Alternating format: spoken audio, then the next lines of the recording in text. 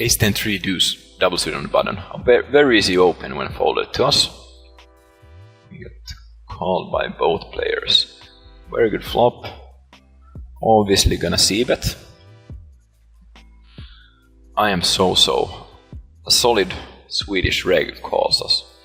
Bet again. And now we're in a crappy spot. And let's see what I do. I fold it. Now this might surprise some of you. But so let's talk about this hand.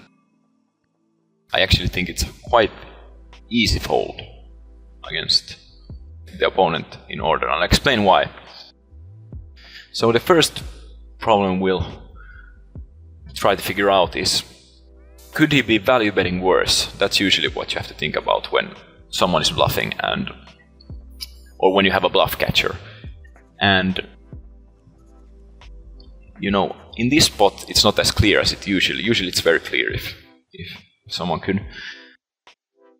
So let's think about it.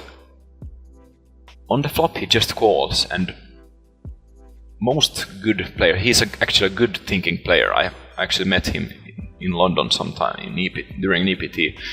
I know I played a lot with him. He likes to he doesn't play that much anymore, but he was a good short stacker. So anyway, on the flop, most good players will check raise, pocket raise, 10-3 and ace-10 with live cards, you know, almost always. And I think that's pretty decent because, you know, you want to get value out of my tens. I could possibly call you with an overpair. Yeah, that's basically his value range. So when we get to the turn, you know,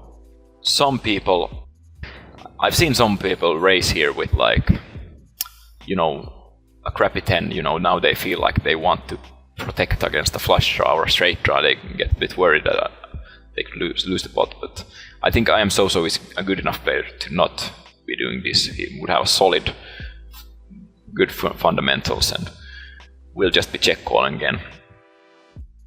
Also, one hand is so basically we can figure out that he's never value betting worse. So that means we only beat the bluff. And what hand could he be bluffing with?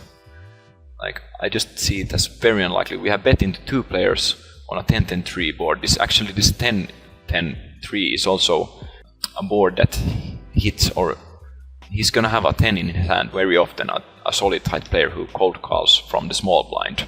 You know, and three ways it's very likely someone is gonna have a 10. So when I see bet and he calls, and I decide to barrel again, that looks extremely strong.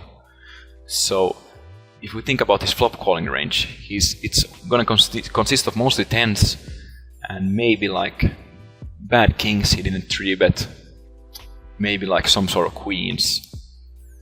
It's gonna be mostly 10s or overpairs. So for him to be bluffing, he would have to be turning kings or queens to a bluff, and I just view that as very improbable, especially with these stack sizes. He can't put too much pressure on us.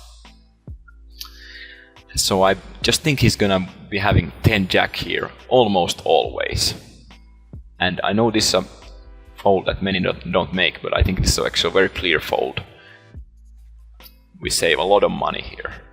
You know, some people might call once, it's so cheap, but I think he's gonna shove the river almost always, and our aces are only gonna be our outs. So I think that's an interesting spot, and that's a good spot to be making a fold. And I know some of you, you know, use this excuse as I'm so far at the top of my range that if I fold this I'm gonna be exploitable.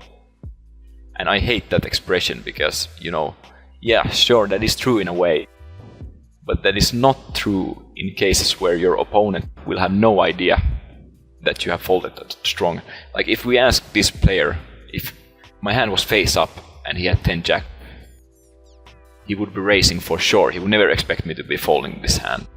So, you know, you have to do these exploitable adjustments if you want to have a decent win rate, even if that makes you exploitable. You want to be exploitable.